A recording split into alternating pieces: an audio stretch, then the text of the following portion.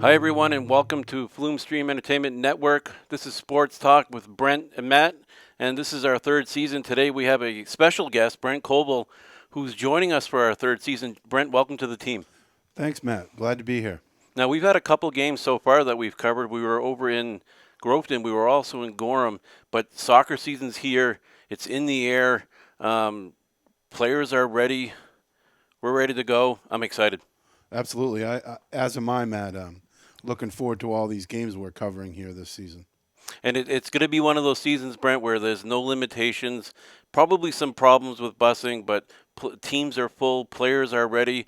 They're ready for kind of a typical normal season. And as you can see, as we talk a little more, you're going to see that in the game, in the players, and certainly in the coaches. Oh, absolutely, Matt. These teams have been prepping here probably for 3 weeks before the season started and getting ready to go. Now, a new feature that we brought to the viewers is the post-game interview with the coaches. Our first opportunity to check in with them and say, hey, how was the game? It's been well received. You've been actually doing the interviews.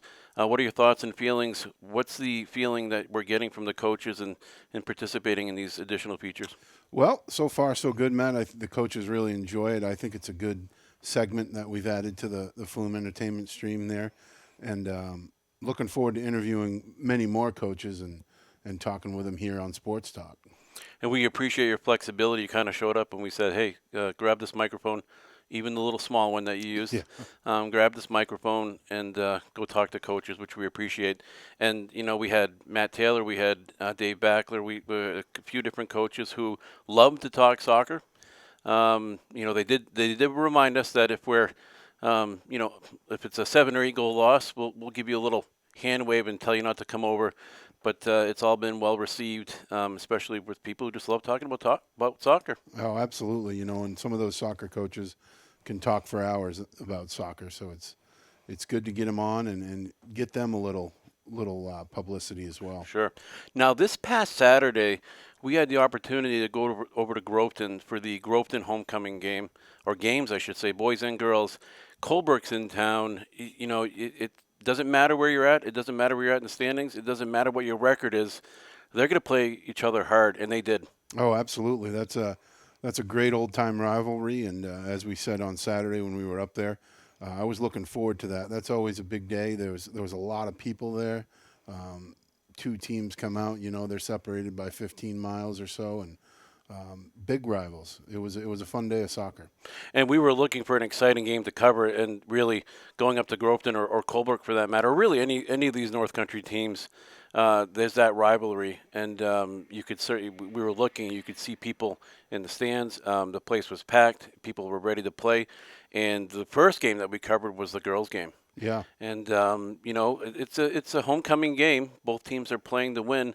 Seniors are playing to win, and for the Groveton game, it was a 2-0 win for Groveton. I know a name that came up often was Julie Glover. What are your thoughts on that game and the atmosphere and the environment? Well, absolutely. Julie had a great game.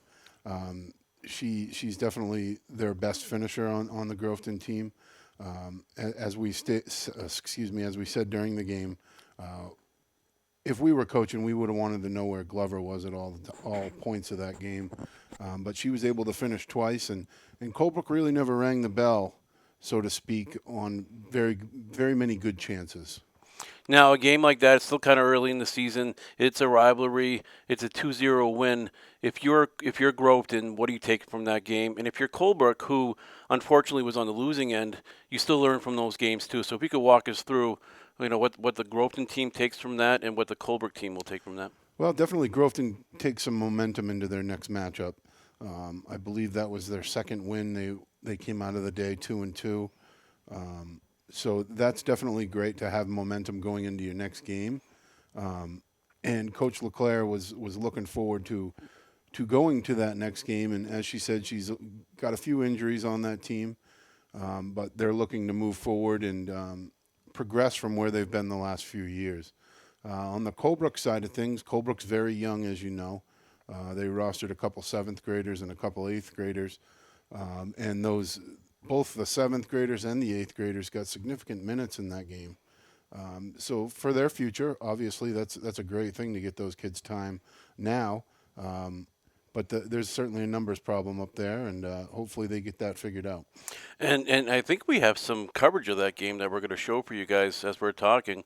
You mentioned the 7th and 8th graders, not just on the team and not just on the field, but having an impact on that game. Oh, absolutely. A name that comes back to mind from that game was Madison Parker, a seventh Yes. grader, not being afraid to mix it up with the big girls on the other team, the seniors. You don't usually see that, Matt. Kids that young, they're not developed, not quite mature enough to play on that field, and that's why we do have junior high and high school athletics. But sometimes they intermingle, and she did a great job. And you and I were talking during the game. This idea of even being an 8th grader or even a freshman or just a first year player, you're at a homecoming game in Groveton. I mean, that means everything to people. Sometimes just getting out on that field and feeling what that feels like is huge, let alone playing in the game and having an impact on the game. Oh, absolutely. And as I tell players, when they are nervous, is it takes one touch of the ball and usually your nerves are gone and you can play without thinking about what's really going on in the big picture. Now, for those teams, and I think we're seeing that a lot, especially in the Groveton, Pittsburgh, Canaan, and Colbrook teams, we're seeing younger teams. We're seeing more use of middle school players in a lot of sports. What's the feeder programs around here in general look like for some of these high schools? Well, I believe Colebrook does a pretty good job at their feeder programs. I know they do in baseball and basketball, and I'm not 100% sure what they do for soccer, but I'm sure they do quite a bit or the same amount as they do for the other sports. Groveton's the same way. Obviously, Groveton's a basketball town. Basketball is very important to the Yes, it folks is. of Groveton, and soccer is their way to get ready for basketball, Sure, so to speak. sure, yeah. But I'm not quite sure about the Groveton feeder programs. Again, baseball program there is solid. The feeder program in Groveton is solid as well. And they're always competitive teams. And the one difference, probably, especially with soccer and basketball, is you're putting 11 players out on a field, and you're putting 5 players out on a court. So there's not that much of a need. You can have 10, 11 players on a basketball team and have more than enough. You can actually probably have 6 or 7 or 8. Whereas soccer, it's a little different. But you're right. When it comes to all of these teams, the importance of playing together, the importance of working on different muscles, if you will, and different skill sets. And you can see it with these teams. You can see it with Colbrook and Groveton. They're not just basketball players. They're not just soccer players. They're athletes. Athletes. And, I coached a young lady who was from Groveton who came over to Gorham, and I said, "Hey, when do you guys, start your soccer season?" She said, "We're basketball season." She said, "We never really stop. We're playing. We play all the time. We play throughout the year, and you can see that in their teams." Absolutely. It's always been a rich tradition in Groveton for basketball, and they're continuing that. So the Groveton Colbert game, the homecoming game, I think we're going to bring up a clip here to watch some of the game, Brent, some highlights of that game as we're talking. There we go. That's again the homecoming game this is for the girls, and you'll see our additional feature here with the post game interview. Now watch Glover, and Glover kind of makes a statement and puts the ball in the net, and that was Groveton's first goal. You and I talked about it during the game. That was a goal with intention as we're watching this perfectly played ball here too. Oh, absolutely, Matt. And she came right out and scored those 2 goals in the first 10 minutes of the game. And, it set the tide for the rest of the game. And how it went, Groveton pretty much dominated play. And those 2 goals were huge. And those big, those strong Colbert defenders were matched against very athletic attackers, and it seemed that had an impact. Get tired quicker, and you start to slow down a little bit. Absolutely. And as I've said, we've said it 2 or 3 times before. Any team playing Groveton here in the future, you got to know where Julie Glover is. Exactly. We're going to come up on the post-game interview. There we go. There it is. Aggressive game. We're dealing with some injuries, but we definitely moved the ball well, and I'm pretty happy with the outcome. Just want to get more wins under the belt because I think they only had 2 last year, and it was rough, and the girls are eager to win. They want to win now. I think we have a good group of girls, and just got to keep them competitive and want this win, and I think we can go far.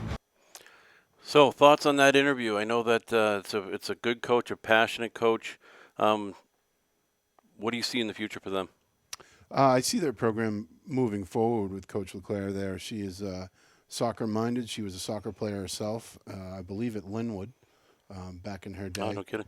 And I could be wrong, Coach. If I'm wrong, let me know. But I'm pretty sure she was at Linwood, and I think she was a pretty high goal scorer as well. Good. And new coach, right? New coach. New coach. So let's switch over to the boys' game.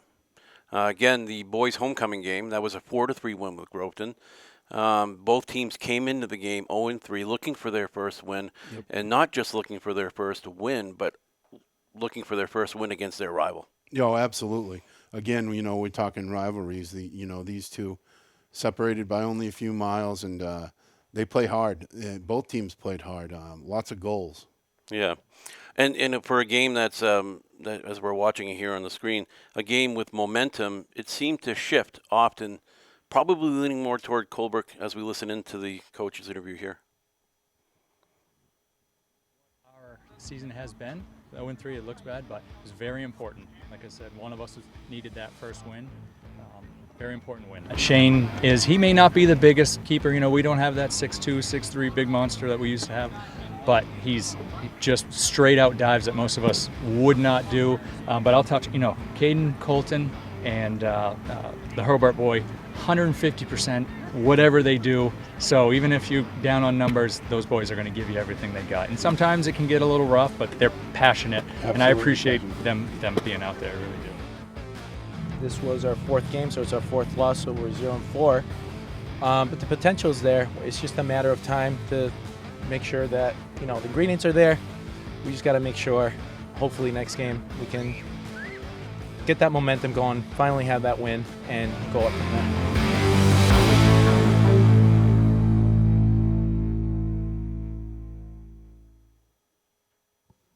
Brent, now for both of these teams, 2 new coaches. Yep. Both coaches start off at 0-3, not ideal. Both coaches are working in towns that live and breathe sports, athletics. What's the feel you got from both of them after interviewing? I tell you, I've known Mike Simoneau for probably a decade now. Probably hands down the nicest man you'll ever meet. I've never heard him say a bad word about anybody. I was very excited when I found out he took over the program. You couldn't ask for a better coach. On the other side, the first time I met with Coach Sanchez was Saturday. Very nice guy. Certainly knows his soccer, absolutely. He's looking forward to building that Colebrook program back up strong as it always has been in the past, with Coach Buddy Trask there, and Coach Ryan Call in the last few years. But he's definitely looking forward, and he's going to put the time in to build that program back up. One name that came up a lot for us during that game was Shane Holmes, the keeper for Groveton, who more or less kept them in that game. Very physical, very athletic keeper, very calm and confident. That's an important part of your game. Oh, absolutely. Important position. Mm-hmm. Probably one of the most important on the field. And,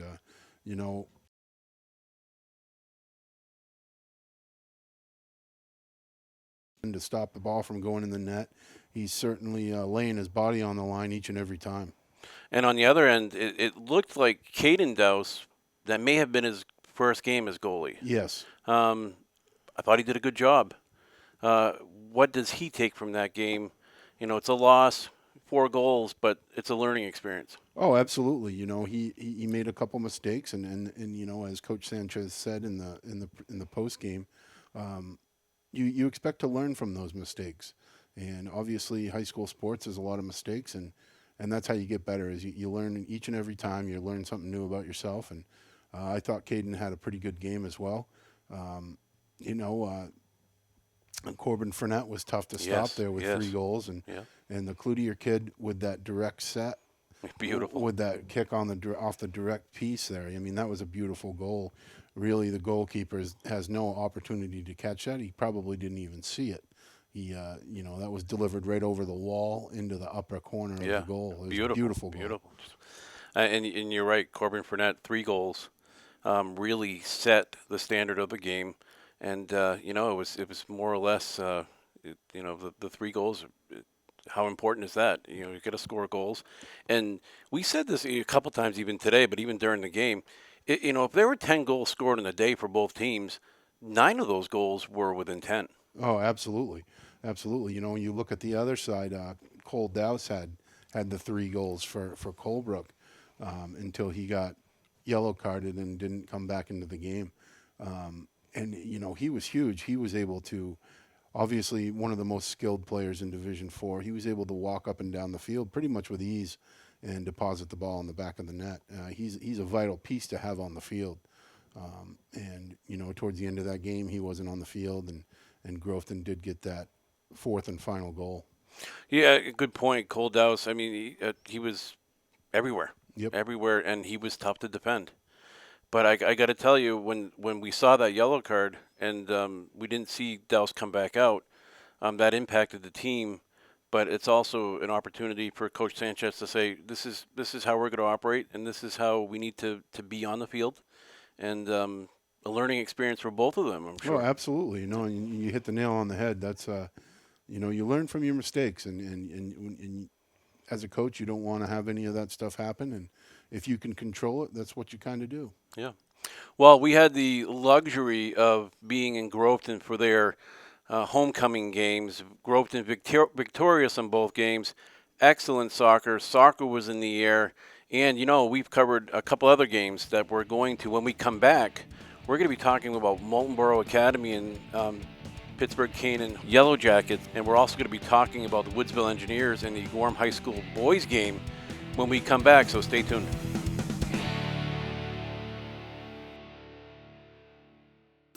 What does joy look like? At Santa's Village, it looks a lot like this. Visit a world of pure joy that's closer than you think. Where it's always the season for smiles, for laughs, for family, for reindeer roller coasters and cookies. For a day packed with so much fun, you'll know exactly what joy looks like. Santa's Village, pure joy, family style.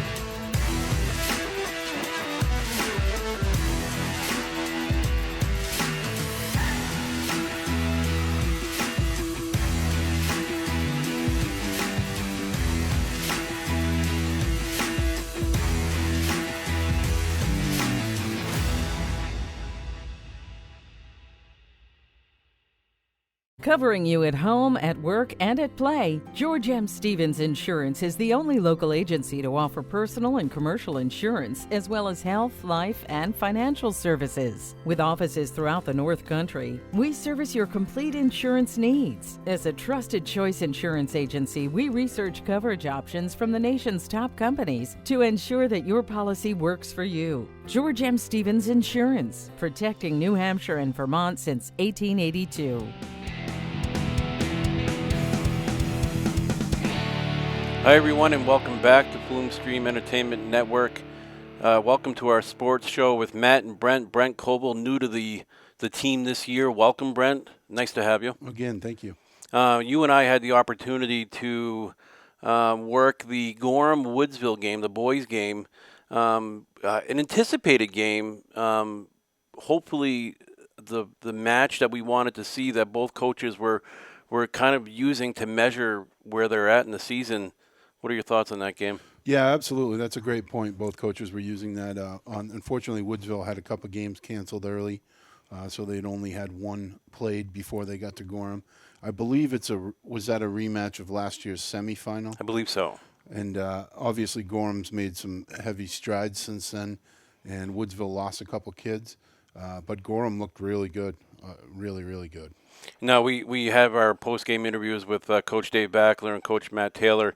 Both coaches very willing to spend some time with us, before the games, after the games. If you're Matt Taylor, you go into Gorham thinking, all right, this is how I'm going to measure my team. This is how I'm going to measure my season against a really good Gorham team. 7-0 loss. What do you take from a game like that? Yeah, as Coach Taylor said at the end of the game, it's some days your kids show up and some days they don't. Gorham certainly took it to him that day, and he had a lot to say about how well Gorham played, and he was a little frustrated that his kids didn't show up ready to go that day. And he's going to use that for motivation. I mean, nobody likes to get beat 7-0. Especially in a soccer game. That's a lot of goals, and to have 0 on the other side, you didn't put anything together, so to speak, during that day. So, no, absolutely, Coach Taylor is going to use that as a motivator. There's no doubt about it. And we all know Coach Taylor well. That's not going to happen again. Back to the drawing board. It's a hard-working Woodsville team. But let's go to, on the other side, Coach Dave Backler for Gorham, a 7-0 win against a team that was supposed to be competition. How does that work? Last year Gorham played in the playoffs. I can't remember exactly who they played, but it was a team down south, and they were outmatched. And sometimes you wonder, winning these games 7-8 to nothing, 8-1, 5-1, how does that impact when you do play some of these teams down south? Well, I think Coach Backler was anticipating a good game with Woodsville. I don't think anybody expects to go out and score 7 goals. Jack Saladino, though, had a day, and he was tough to mark for the Woodsville team. And, I believe he had 3 or 4 goals on that day. And as you say, all his goals were good intentioned. Mm-hmm. He put the ball exactly where he wanted to, and he was able to finish all those goals. But Coach Backler, I mean, you got to come out of that with a smile on your face, and because sometimes you just don't understand what's going on out there, and Woodsville is going to be better. We all know that. Yeah, Jack Saladino, I'm glad you brought him up. That's just an impact player. But the Gorham team, there's 11 players out there. 10 players out on the field. Everybody can play soccer. And I swear to God, they're all brothers. Absolutely. They've been playing this every day. Sorry, Matt. No, we talked a lot about it. During our broadcast that day, how they play soccer pretty much 12 months a year. Mm-hmm. Soccer is their main thing over there, and they certainly stay involved. They do a lot of traveling. They play a lot of games down south throughout the year, in the winter and the summer.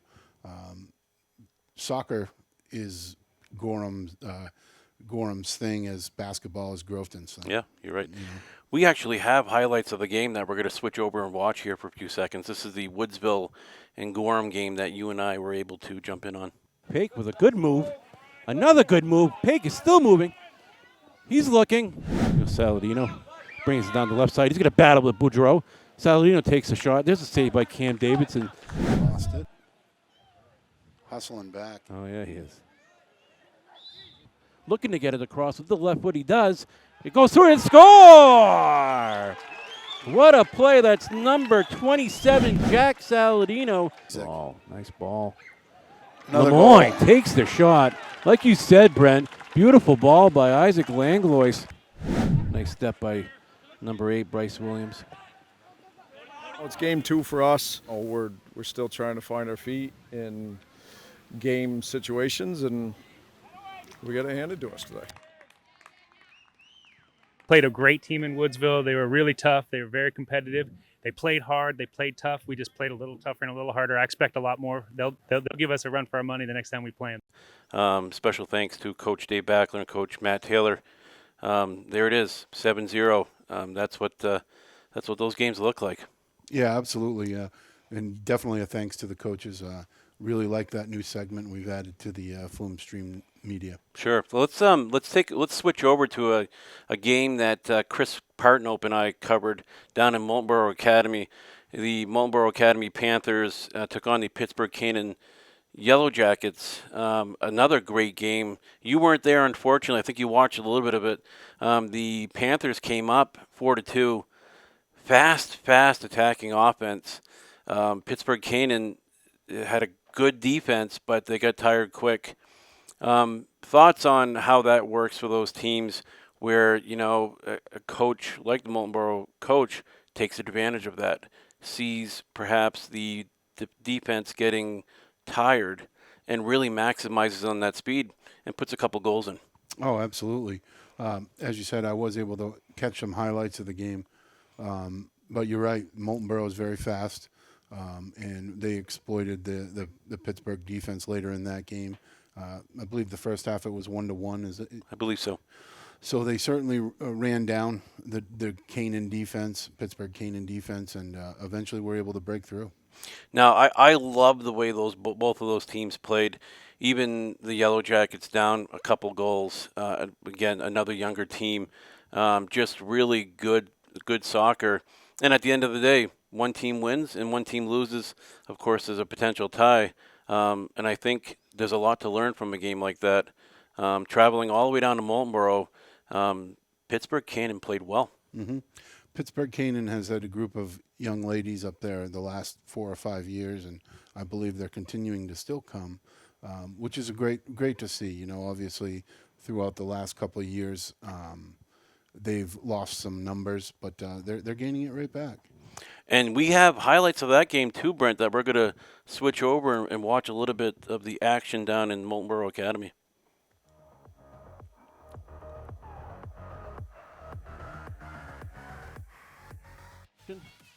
Pushing the ball up. There goes Pittsburgh Canaan on the side. And there's a shot. And it's a score! I believe that was number 10. Sadie Placey comes up the side. Skill. Another good ball by Molten Borough Academy. He's going to take a shot. It's a save, and that's actually going to go in. That's 1-1 Molten Borough Academy. Off a rebound. Not much a corner kick. And it's a shot. It's a save. It bobbled. Beautiful play by Sienna Grondin to keep that ball out of the net. Results will come as Molten Borough Academy crashes in. There's a shot. That's a save. There's a rebound. And Sienna Grondin's there to make the save. The save on the rebound. And that was number 1, Kat Gleason. Placey's waiting for her. There goes Gleason. She'll cross it. And it's in.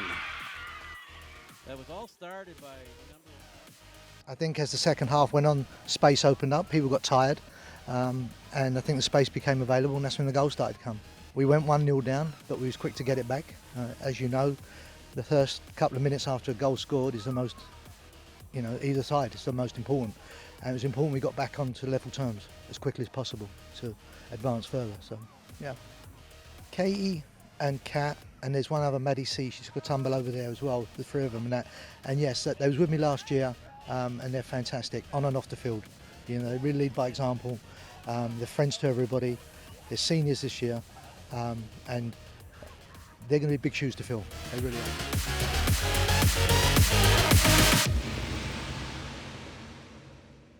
And there you have it, the Molten Borough Academy Panthers over the Pittsburgh Canaan Yellow Jackets 4-2.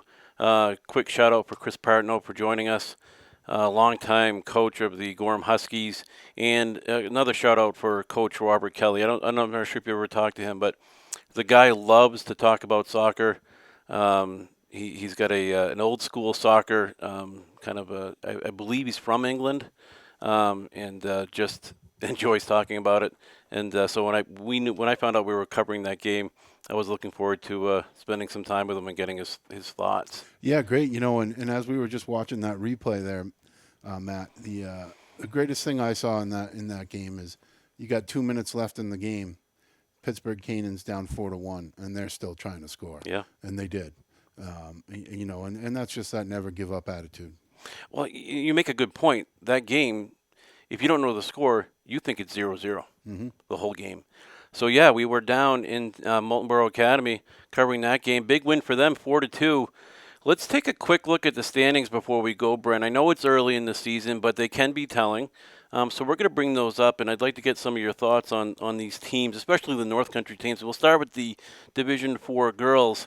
Real quick, though, for the viewer, Brent, can you explain to me why Newmarket's 5-0, 22 points, but they're in first place? Sure, absolutely. What happens in the state of New Hampshire when you play up a division? So Newmarket obviously played a Division 3 or a Division 2 school. It's all about your rating. You really don't want to look at these points here, but your rating is what gives you first place or second place. Obviously, a 4.0 rating is your undefeated. So even Profile has beaten an upper division team. So they've got 25 points, and it looks like Newmarket's beaten 2. So moving along there, and that's why they have the higher rating. So really, people look at the points, but it's the rating you want to focus on. Thank you for sharing that. I appreciate that. I learned something today, so thank you. Profile, Woodsville, Linwood, Littleton, Moultonborough, even Gorham.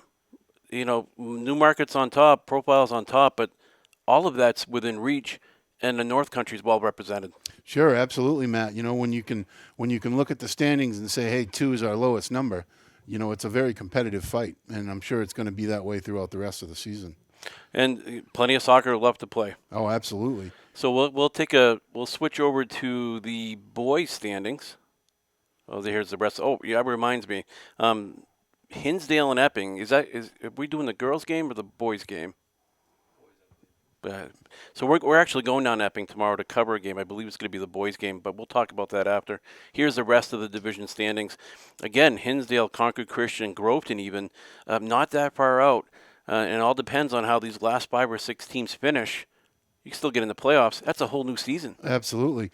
You know, Matt, and I just noticing Groveton's got 2 wins, so they must be coming off back-to-back wins because we saw their first win here last Saturday. Good. At Colebrook versus Colebrook. So their momentum is swinging in the right direction right now. And you look at this, if you look at this Pittsburgh Cannon team, they're not playing like they're 0-5. They're playing like they're 5-0, and you have to appreciate that. Oh, absolutely. You know, again, good group of athletes up there for Pittsburgh Cannon. All right, we're going to switch over, I believe, to the boys' standings.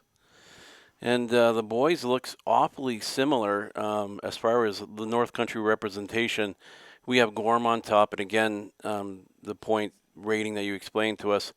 We're actually going to be going to Epping tomorrow, which should be an exciting game. But Gorham, Profile, Littleton, Linwood, Woodsville, Lisbon, Marlborough, all there. I mean, Gorham is kind of in a class on its own, on their own.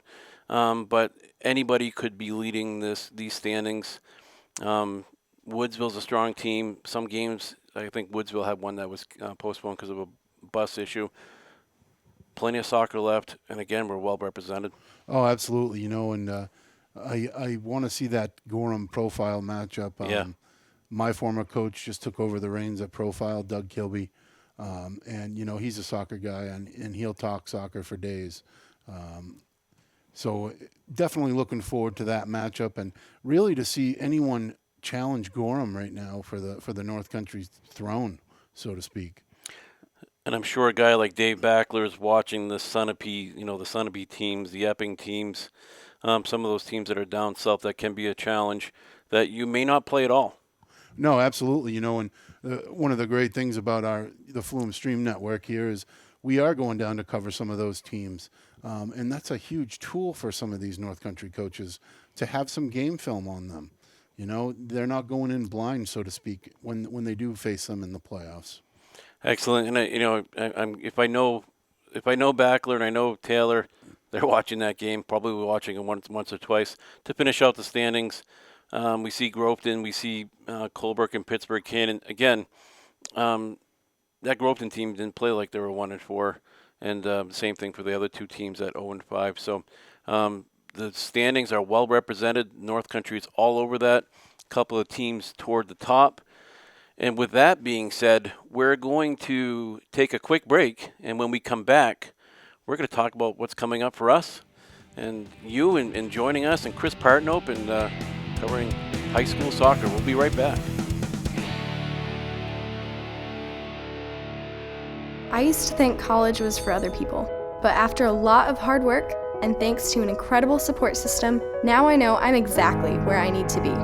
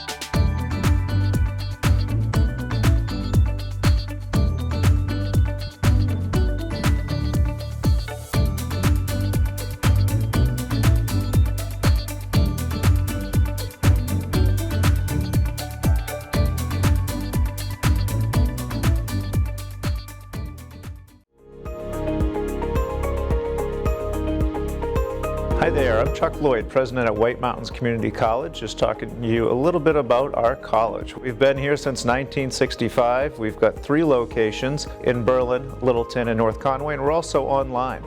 We have a lot of technical programs, and we have a lot of online, remote, synchronous, asynchronous, whatever works best for your schedule. We are the only higher ed institution in New Hampshire above the notches.